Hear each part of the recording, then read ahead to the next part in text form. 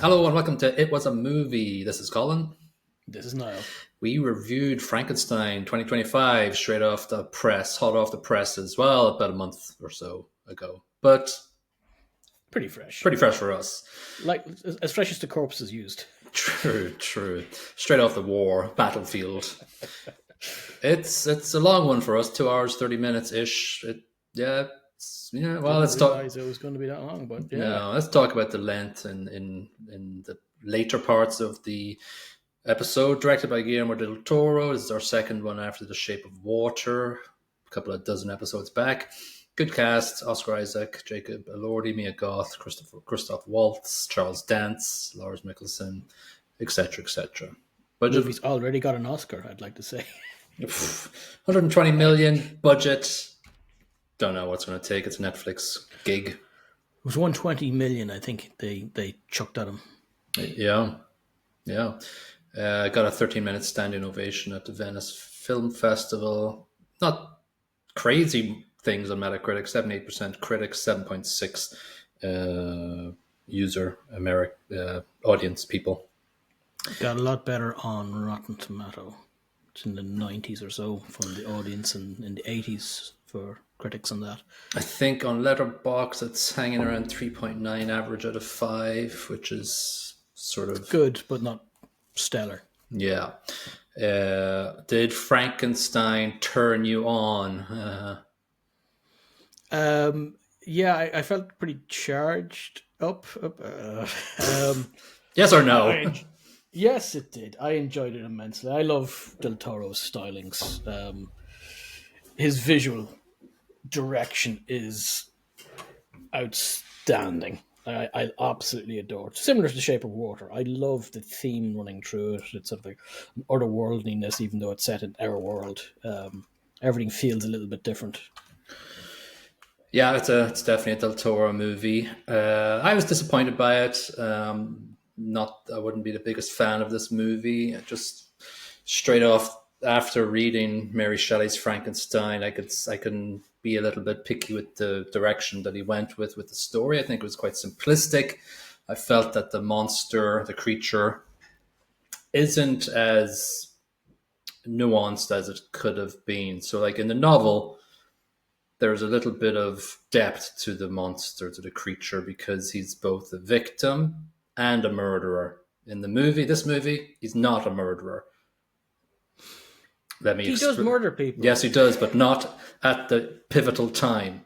So at the big moment in the plot where the creature faces up against Victor the night of his brother's wedding, there's nothing there because in the book, the creature has killed his brother already. And when he finally meets him, he says, "I am full of rage because you created me. Nobody will accept me. I'm not a creature. I'm a wretched being, and nobody. And I hate you. And I'm going to ruin your life unless you create a little Mrs. Frankenstein." In the film, when that scene happened, though, in the wedding night, it's nothing for me. He's a good creature. He's not ambiguous. He's not a. We aren't in two minds about him. We have to go. When you're reading the book, you have to balance up. Oh shit! Do I feel sympathy for him for killing the brother? And he'd gone he'd lived with that farmhouse family for months, for a year, nearly learning the language and everything. And they in the book, he goes and sits with the blind man and blah blah blah. But then the people come home and beat him with sticks, so he's run away again. Then, I remember in the night, he doesn't chuck a young girl into a lake. Well, I was just about to say that in 1927 movie we reviewed Frankenstein a way back, and he just chucks a girl into the river. In the book, that's the other end of it, though. That's just chucking somebody in the lake for the. Well, that's stupid. That was the stupidity of the original Frankenstein movie. But in the book, he saves a girl from the river, and then her dad comes along and shoots him in the fucking shoulder. And of course, in this movie, Del Toro has said, let's make him invincible. Let's make him regenerate. And of course, he's not invincible in the book or in any of the movies. He's pretty durable, though. He's a tough character. He can swim and run And he'll very be shot a few fast. times, and he's like, eh. Yeah, he can recover, but definitely he was Yeah, fucked in in this, the book. he's insanely durable. Like holding a stick of dynamite is usually going to take most things apart. Yeah, so like he's very bitter in the book.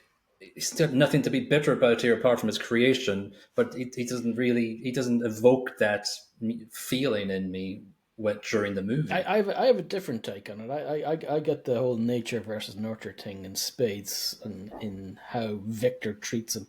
I think it's more of a mirror as to how Victor has been treated by Mr. Charles Dance, his daddy, in this. So at the start of this, the lads are growing up in a lovely mansion. He's got a lovely mother. She shows him lots of love. And every now and then, Charlie Boy arrives home and I assume beats his mum and gives him grief for not learning crap and hits him with a cane over and over again. And I love the symmetry between his relationship with the monster and his relationship with the dad. He becomes his dad, effectively. Sure, I get that. But But I think the whole, like, obviously Victor Frankenstein is is a nuanced character, but he creates the creature. He chucks it in the cellar for whatever, we don't even know, days, a week maybe. Uh, all he gets, well, in the book, he just fucking chucks him out. The minute he recreates him, he's like, "Get the fuck out of here!" And the entirety of the book is his psychological torture and torment that he created something so vile, so wretched, as they kind of. Mary Shelley always uses the word wretched, which is now into my daily vocabulary. I just describe anything bad as wretched. that piece of work I just did was wretched. Wretched. I am wretched. I'm a wretched person. So the entirety of the book is just a psychological breakdown of Victor Frankenstein until he meets the creature up in the mountaintop, and the creature goes, let me tell you my story of what happened. And he tells him his story, and that's the whole massive crux of the book, is where then we feel the sympathy for the creature, where he had this time with the farm people, then that goes on forever, and then we have the final third of the book where we see the boat, the ship, and he chases him, blah, blah, blah. Obviously I know the book can't be the same as the movie, but he did take lots of liberties, Del Toro, with this creature direction. Also, I don't like the fact that he just Hollywoodized the creature. Like, he's supposed to be a wretched daemon. Like, that is horribly, like, when the two soldiers find him in the forest, it's obviously a bloke. When it's described in the book, like, he's supposed to be some sort of beast man of just blah and fucking shit face. Just horrendous. He looks like Vision from WandaVision, basically. He sort of just has. Yeah, he's got different patches of skin stuck together. Yeah, and just really. It looks like the amphibian guy from The Shape of Water as well. I think Del Toro wanted something that wasn't just monstrous, wasn't a grotesque creature necessarily. It was unpleasant-ish to look at, but also had grace to it. So he likes that. He does like that visual aspect, I guess. I liked it. It's a different movie. It's a reimagining. You can't just keep making the same movie over and over again. So if you're going to take on something, don't do what's been done before. And Mary Shelley's Frankenstein has been done. I don't think anybody can. I think the critique was, I haven't read any of the trivia for this, probably isn't any yet, but I read the critique of Kenneth Branagh's Mary Shelley's Frankenstein, that is that it went too deep, and now the critique of this one is it doesn't go deep enough. You can't win. Can't win. Yeah. Niall and Colin's Frankenstein. For you. Just the right amount. Yeah. And so the thing, like the creature in the book becomes just this sword of Damocles hanging over Victor's shoulder constantly. Like, he doesn't know when he's going to show up, but he's constantly there as a spectre. He goes to England and Scotland. He is actually going to make Mrs. Frankenstein up in the Orkney Islands, and then doesn't bother. And then the creature's outside his window going, "Hello, oh yeah, the fuck are you doing? Yeah, where's the missus at?" And then he fucking wrecks everything. So there's a little there's terror throughout the book, The movie doesn't have that. It's a different vehicle. It's a different This isn't a delivery horror system. movie in my eyes at all. Well, no, it's a Del Toro gig. It's sort of like Pan's Labyrinth, Shape of Water, but it's very much. Well, here's another thing I found weak, and it's also different in the book, is the Elizabeth monster romance that was quickly formulated with her going down to the basement and then take me with you when she gets shot by Victor. It's like, really? Very pigeonholey. Let's Hollywoodize this to be a weird love triangle, which is like Shape of Water. There Obviously. are elements of a certain large monkey. Oh yes. The Beauty and the Beast type thing going on there. Yeah. You mentioned a big monkey, then you mentioned Beauty and the Beast. Well, yeah, it's a two stories with the same sort of feel to it. Yeah, but I think Del Toro has a way with water, as a as a thing that he wants to deliver every movie, and it's very apparent in this movie that it's a Del Toro production and gig. I just think it lost a lot of depth to it, with the decisions that he took with editing the story the way it was. So I think my problems lie with the creature, his arc. Obviously Victor's arc as well. It's good. It's fine. He's tormented, but not enough for me. He's not psychologically traumatized. I don't think he's psychologically traumatized at all. I think his arc is one of becoming his father and the redemption he eventually gets when he realizes that he is the prick in the story. He is the bad guy, effectively. The monster has never been the bad guy in this story, in this version of the story. Yeah, I think the one thing, like, I never got to in this movie, and I think I want to from a Frankenstein movie, is that I want to answer the question: can a creature or can an evil person commit evil but still remain sympathetic? We don't get that quandary with this until he chucks a few sailors off the ship, or hits they had it coming, or snaps a few wolves' necks. Who else does he kill in the story? He doesn't. He's actually a good creature. He's defending himself for the most part. Yes, in the book he has the potential. He kills. In the book, he has the potential to go absolutely batshit at the end, but he doesn't. And I think he's kind of redeemed by his father's redemption arc. Had that not been the case, had things turned out a little bit different, I think everybody in that ship would die. Well, 6 of them did, and then the captain's going, all right, let him go. See you later, Chuck. In fairness, he just killed 6 of them without scratching his backside, effectively. And then they tried to drown him, and he got back up again. Went, yeah. Hey, lads, back again. And even the lads then are like crowding around the cabin at the end, going, "Oh, fucking good!" And the captain's going, "No, let him go." Like, I can see why they're a bit miffed. Yeah, 6 of their buddies just got ripped apart. At least they get to go home at this point. Well, yeah, but yes, at the end, it's a very swift resolution of the arcs. It's Victor's going. Wait a minute, I wrote a few notes here. I don't really.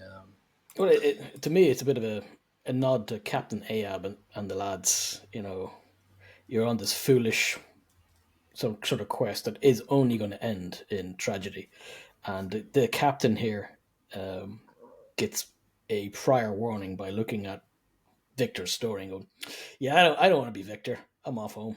Yeah, he's sensible. Yeah, but yeah, at the end, it's like Victor's on his deathbed going, "My son, live." I don't even understand why he was chasing him in the end. Obviously, it's like he didn't do anything. He's kind of pissed. The monster didn't do anything. No, he's blaming the monster for everything he did. But then the monster is chasing him, wanting to kill him. But then at the end, neither of them do anything. He leads him to the North Pole so he can torment him, is my take. Yeah, see, that's the thing. He wants his dad to have a miserable time because he had a miserable time because of his dad. Yeah, but that's the thing, though. He comes on the wedding night and goes, make me a missus, will you?" And there's no tension there because he's not a bad creature. He's not a bad doggy.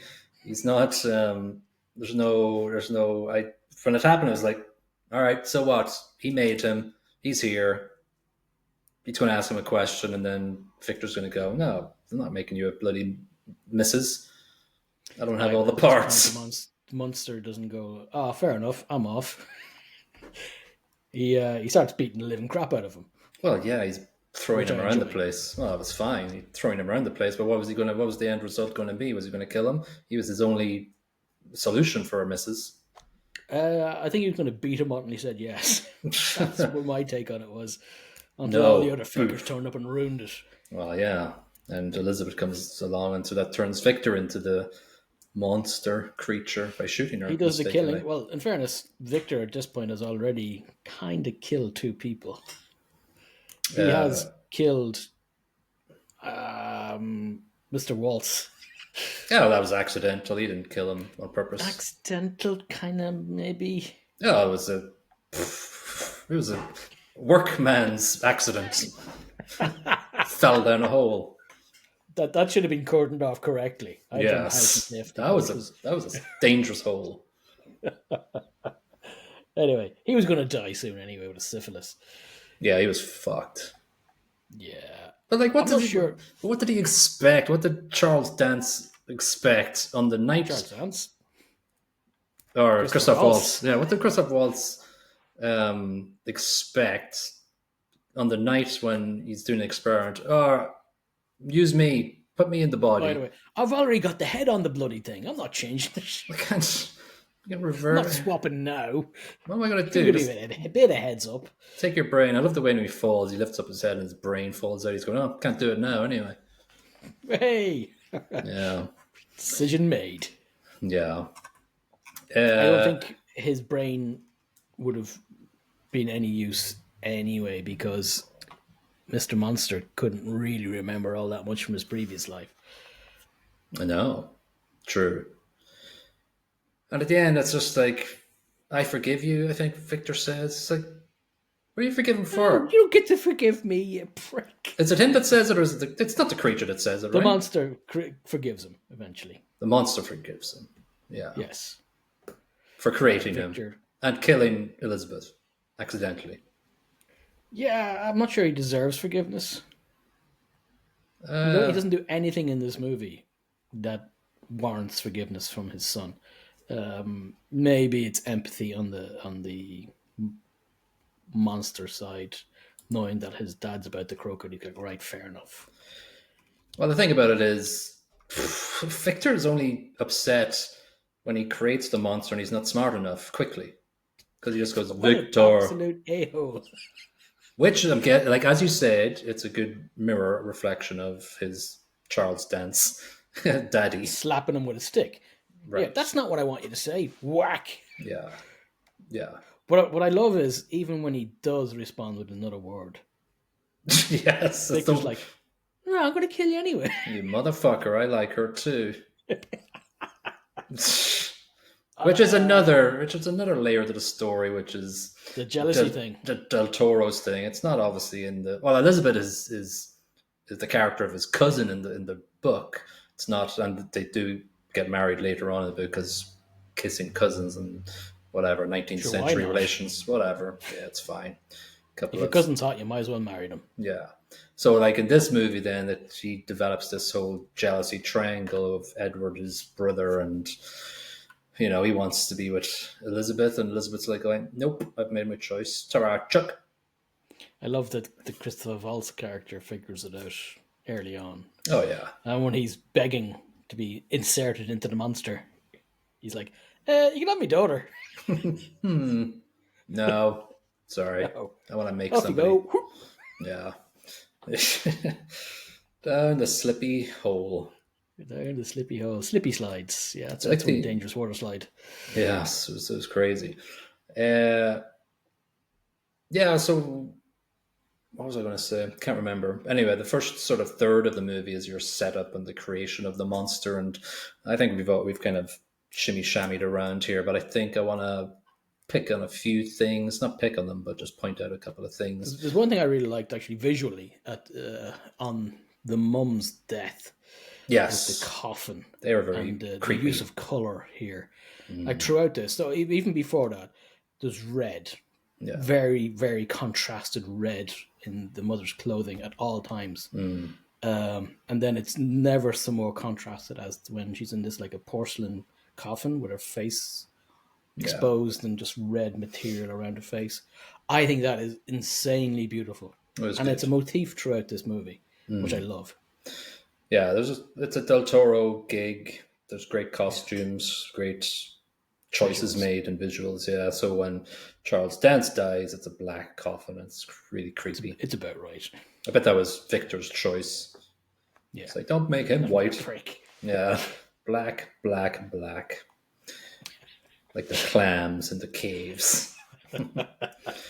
I do like the scene where he's creating the monster, and it's just so gory and grotesque, but it's got a little happy song playing. And yeah, I love this. He's working away, he's doing what he likes. What I enjoy about that is it would be that bloody gruesome. You're inserting bits of people together and sewing them up. Yeah, it's lumps of flesh and it's lumps of bone. It's not going to be fun. Yeah, for us to watch.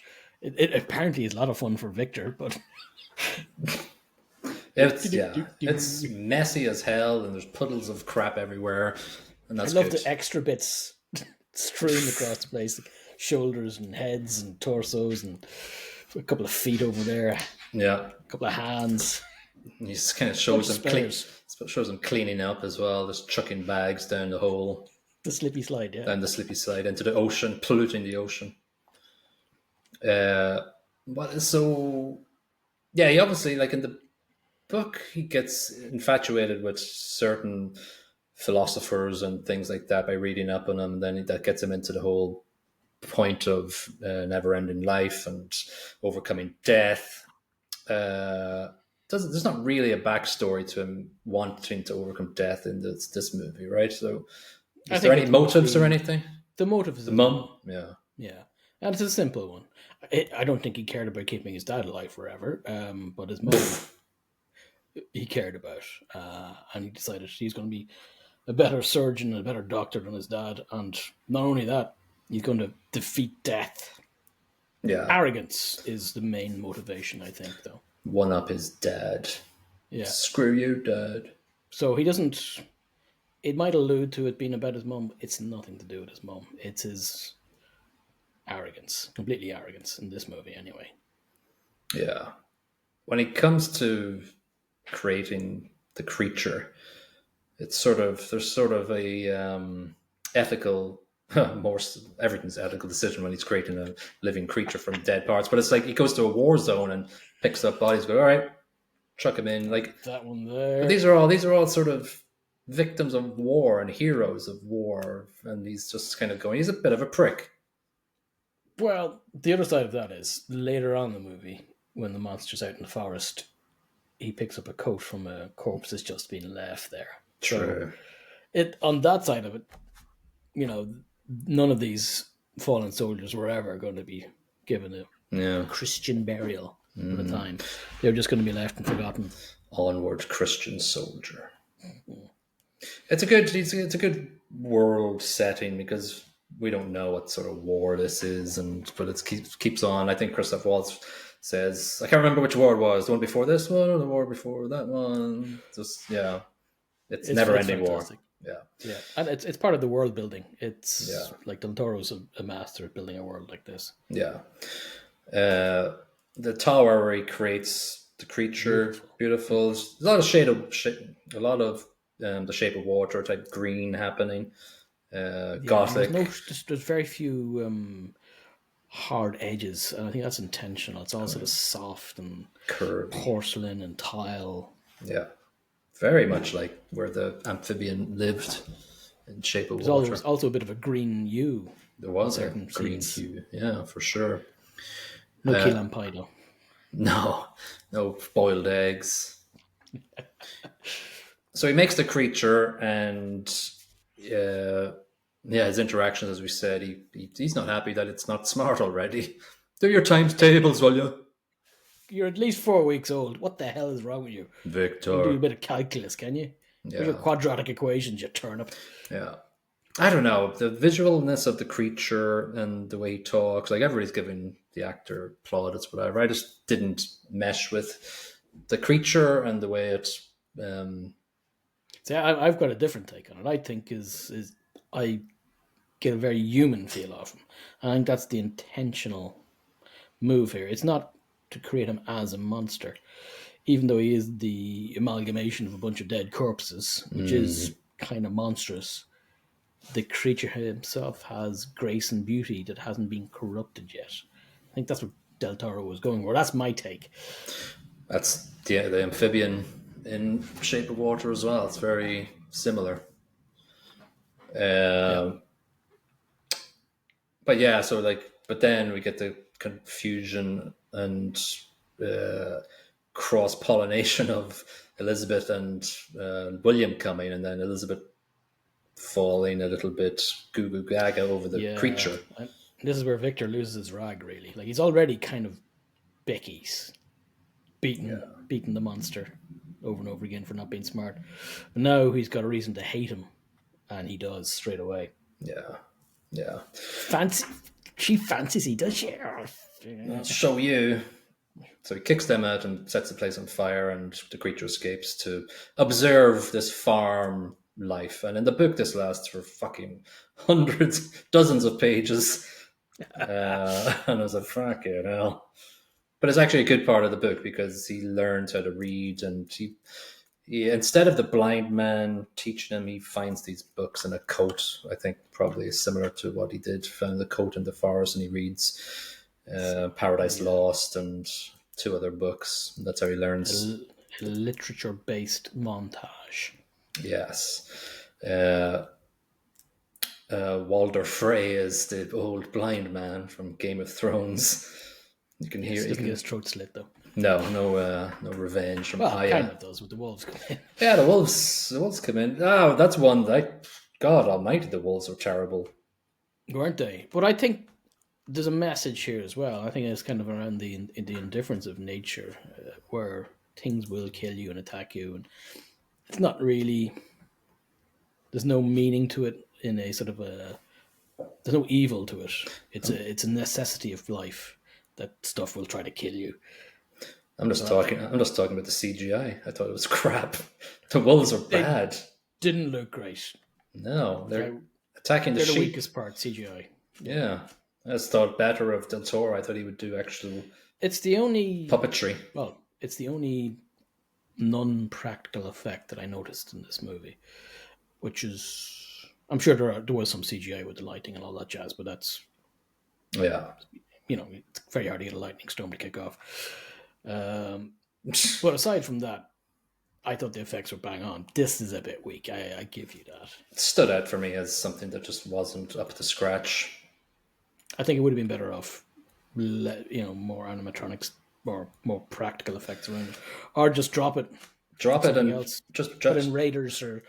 Just have the two guys that came across, which they actually did. Just have them, because in the book they just come in and he's at the knee of the blind guy, and they just beat him up because they don't know what the hell he is. Actually, one of the girl faints the minute they see his face. They're not going to faint when they see this guy's face because it's all just sectioned of skin, basically. I'm just saying he's not much of a creature. You give too much credit to the human race, especially back in the day, to not chase the other away and shoot at it. Something that looks a little bit Something off. that looks different than substantially different. Yeah. People throughout history would have shot him. Yeah, for sure. Burn the witch.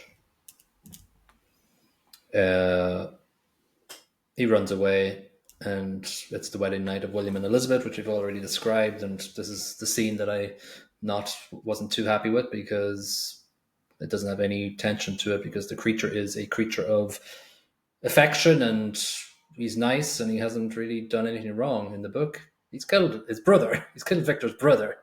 And they have this conversation, and he's like, and he tells his story up until this moment, he's meeting in a cave in a mountain in the book, but he tells a story, and then Victor's like going, "Oh my god!" Like I kind of feel sympathy for him. Then he gets to the part where he killed his brother. He's like, "You motherfucker!" But then he comes around and goes, "Shit, I will make you Mrs. Frankenstein then," because the creature goes, "I'll go to South America and just be with me wife in the jungles of South America." But then he goes through a whole process where he goes, "Fuck this! I'm not making this crap. I can't go through this again. I don't trust him." Well, maybe you shouldn't have fucking offered. Yeah, but anyway, in this movie, they have a little tussle. Elizabeth comes in, and Victor shoots Elizabeth by mistake, and Elizabeth goes, "Take me with you," to the creature, and the creature takes him, and then we just have a massive chase scene all the way up to the North Pole. There was one piece of symmetry here again, just back to the mother situation. So I think perhaps there's a little bit of a plot change here directly to have that symmetry between Elizabeth and the mother in the coffin, and and Elizabeth in a white dress with red coming through on the white coffin type thing. So there was a visual symmetry that he wanted to put in here. Perhaps he may have taken a bit of a shortcut plot wise. Like I think as well, like the creature becomes a bit of a philosopher after reading all the books in the book. And you hear his retrospective, and when he does he's basically telling this story, by the way, narratively in the ship, but we don't really hear a voiceover from the creature at all, and we don't really get to hear of his inner thinkings a lot. I did like him reading Ozymandias, which was a poem by a Mr. Percy Shelley, which is a nice little touch. It is. I don't know why he used the Percy Shelley quote at the end. Just quote Mary Shelley. Why would you have to bring in? Oh, that was Byron. Or Byron, yeah. But they're buddies. Shelley, the two Shelleys and Byron were hanging out together. It's like, had a Mary Shelley quote. I think Mary, yeah, actually, yeah. But I think Byron and Mary spent more time together because Percy croaked 29. Yeah, they're all insane party animals. Yeah. So basically we have this sort of situation now where Victor is chasing the creature, and the creature is just running, and yeah, as you said, every now and then turning around and going, "Oh, never catch me, can't catch me, you turnip." Yeah, and so it's sort of, as we just discussed earlier, we don't really, what the hell are they chasing each other for? Shouldn't the creature be chasing him? He's chasing the creature.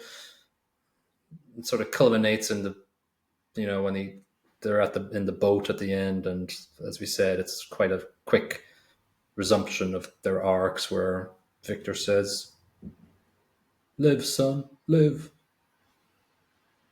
and the creature goes, I think the "All right, boat Dad." piece here is the mountain scene from the book. Then where he gets the monster side of the story, because he's never had a discussion with the monster before this. True, which I feel is very lopsided then, because it's the end of the story, and because he's juggled it around so much, we don't have that mid-story meeting of the minds where the actual creature is mentally capable of telling a story, but also totally deranged and jealous and full of anger because he can't have a relationship with any human because they just look at him and go, "Get the fuck out of here, you ugly piece of shit."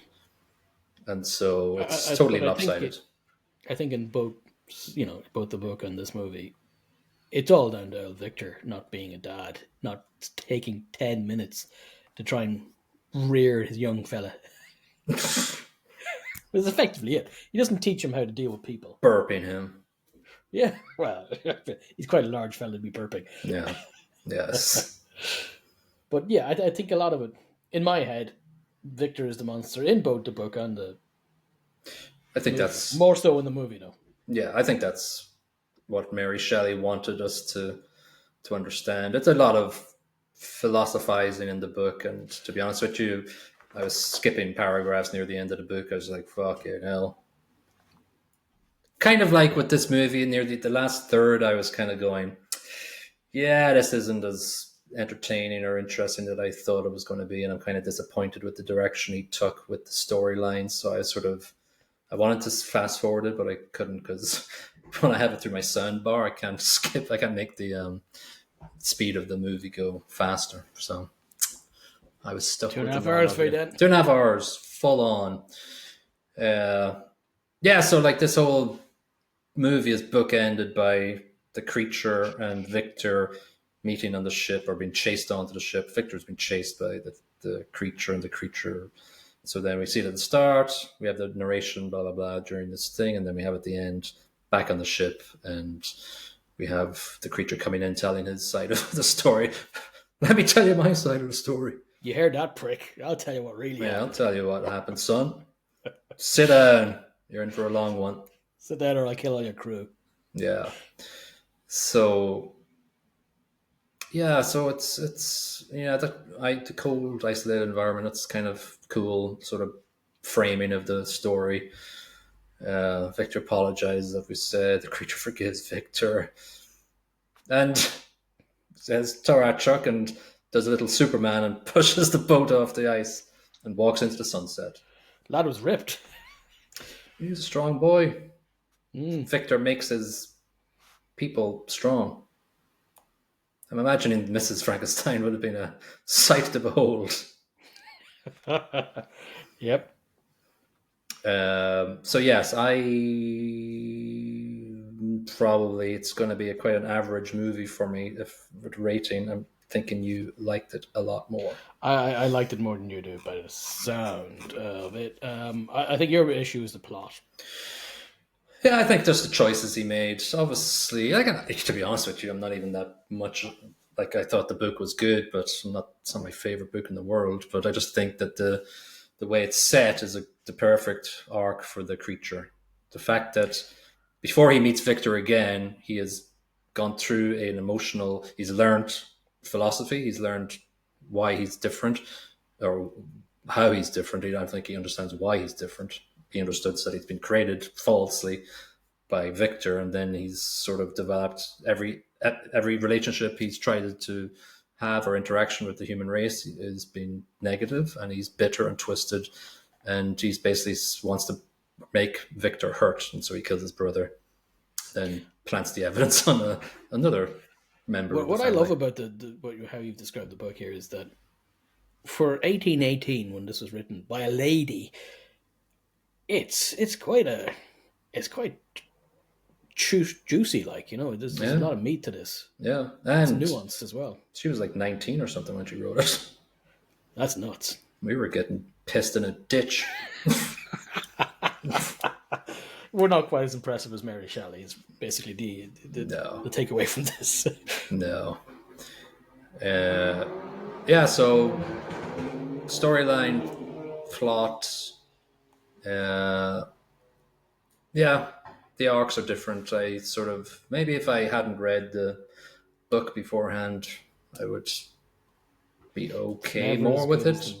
Never as good as the book after reading Shawshank Redemption. Seeing the movie. Yeah, well, that was a short story. True. Yeah, so you give me your score for the I'm going to give it a 4 on the plot. I very much enjoyed it. I enjoyed the reimagining of the monster as not a grotesquerie, but a bloke with a bunch of patchwork skin, and it wasn't completely disgusting to look at.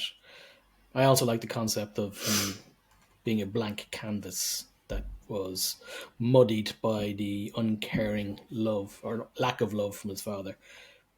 No, that's true of book and movie, I assume. Mm-hmm. I'm giving it 2.5. Jesus! For the reasons I've talked to over the last 39 minutes. Yes. I don't need this to re-describe my feelings towards it. I was disappointed by it, to be honest. Acting, I'm going to give 3.25. I thought everybody did a good job. I was trying to think about whether Oscar Isaac is actually doing a good job in it. He hams it up a bit.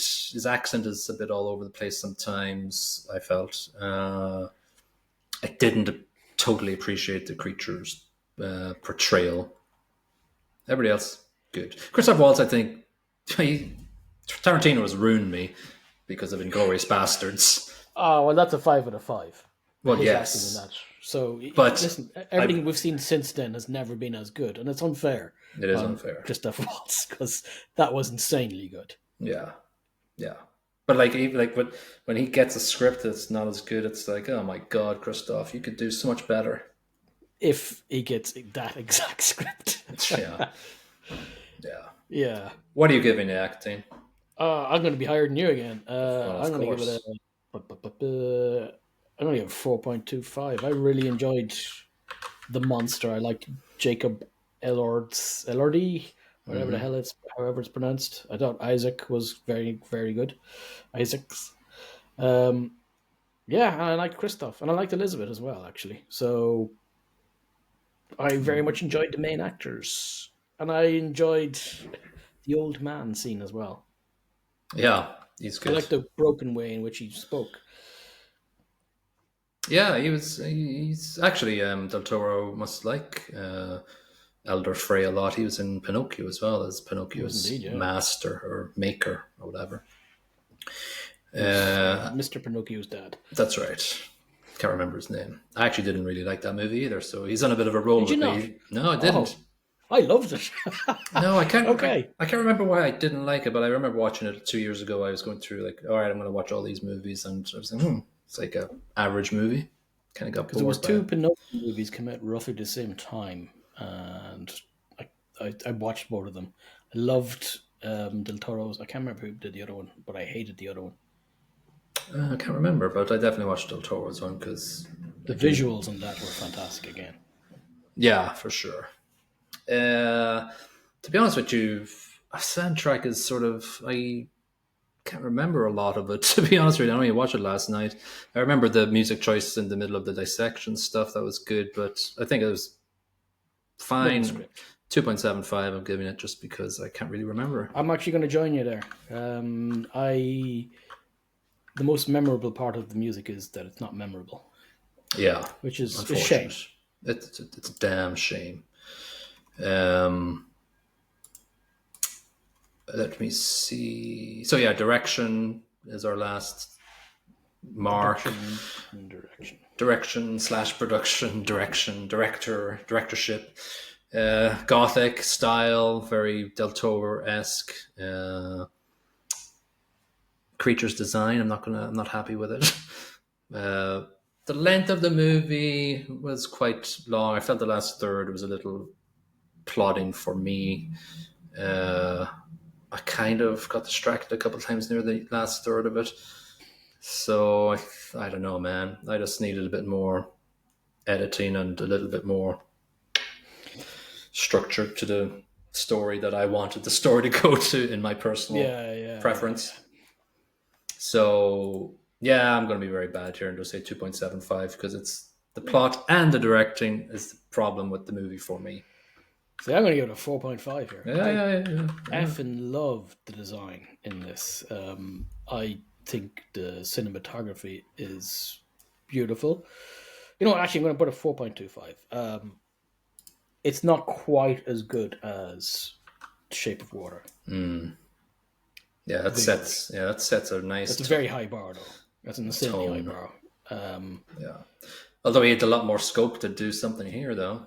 Like in Perhaps that's the problem, though. When you're unrefined and you're unrestrained, you can make it as long and as plodding as you want because you want to do all the bits. But yeah, when you're working inside the studio, which he wasn't really here, he was told go off and do whatever you want. Effectively, here's the money. yeah, Um, so perhaps that's what's annoying you most here is that he didn't cut bits out. He put all the bits he wanted in. yeah, yeah. I also just think as well, he made choices, and I'll go back to the one where the monster, the creature is, uh, what's the word? What's the hell's the word? Immortal. You can't die, and I think that adds another little bit of matter of factness about the character that I want him to be. I wanted to be able to die. I want him to be able Um, to die because it adds a little bit more of like when he gets shot by the in the book, he's fucking sore and it takes him forever to recover. When he gets mauled by wolves and gets shot up by the two guys here. He sleeps for a bit and wakes up and he's healed. I actually prefer, I'm going to disagree with you on this one. I like that he's immortal because it's much more tragic. It's much more pathetic almost because he doesn't want to be immortal. Right. Living forever might sound good if you're like a 12-year-old, but I've done 40-something years now, and I'm like, jeez, I couldn't handle that. I'd be annoyed. I'd be fucking bored out of my mind after a few hundred years. Did you ever watch... And his first few years have not been great, so he's like, why would you want to keep doing this shite? It's alright, he's heading into the sunset at the end of the movie. Yeah, what's he do next? He set up like a financial services organization. Just walks into the sun. Ow. Yeah. So that's it. One half of this review duo loved it. One half thought it was average. Like, it's definitely not a bad movie. I just think it didn't go the direction that I thought it was going to go. I actually thought he was going to make a really... But then I was mad at myself because I realized then every monster that Del Toro has made has been sinewy, tall, it's muscly, muscular, and very Del Toro. Yeah, so I was thinking of Pan's Labyrinth, but it's also sinewy and it's the same bloody guy again. The same guy, yeah. Well, Paul Bettany. Paul Bettany. Even Hellboy, he turns up as Abraham. I can't remember his name. Something Sapien. Abraham Sapien or something like that. Homo. But it's the same guy. Or he's painted blue and he lives in water. Oh my god, he's got some sort of infatuation fetish with water people. He does. Sinewy, muscular. And then the tower where Victor Frankenstein builds a monster was called something through life. Was it Aqua Vita or something like that? Oh yeah. Water is life, right? Life from water or something like that. I can't remember what it was. So he's got a mad infatuation with water. And then a scene where the monster falls into the water. Yes. After he goes through the slippy slide was very, very much, shape of water. Yeah, there's a lot of water things in this because he does the whole leaf thing, putting it down the little stream as well, which of course Elizabeth has later on and folded in her book. Just looking at pressed in her little book, yeah. She loved the monster after one evening of seeing him in the basement. Yes. Anyway, that's why I didn't enjoy it as much. Finn. Oh, sorry, reviews. I was choking on my own rage. Josh Parham in the next best picture gave it 50. Ultimately, the piece collapses under the weight of Del Toro's vision, a muddled collage of tones that consistently underwhelms. It's a beautiful collage that amounts to a surprisingly arduous execution. I suspect you might agree with that. I do agree with it. I read that Andrew Garfield left 9 weeks before shooting the movie as the monster, the creature. Oh, wow. Yeah. Any particular reason? Probably read the script. Wait a minute, this isn't Spider-Man. Yeah, Spider-Man Far From Home. David Rooney in The Hollywood Reporter gave it 100. One of Del Toro's finest. This is epic scale storytelling of uncommon beauty, feeling, and artistry.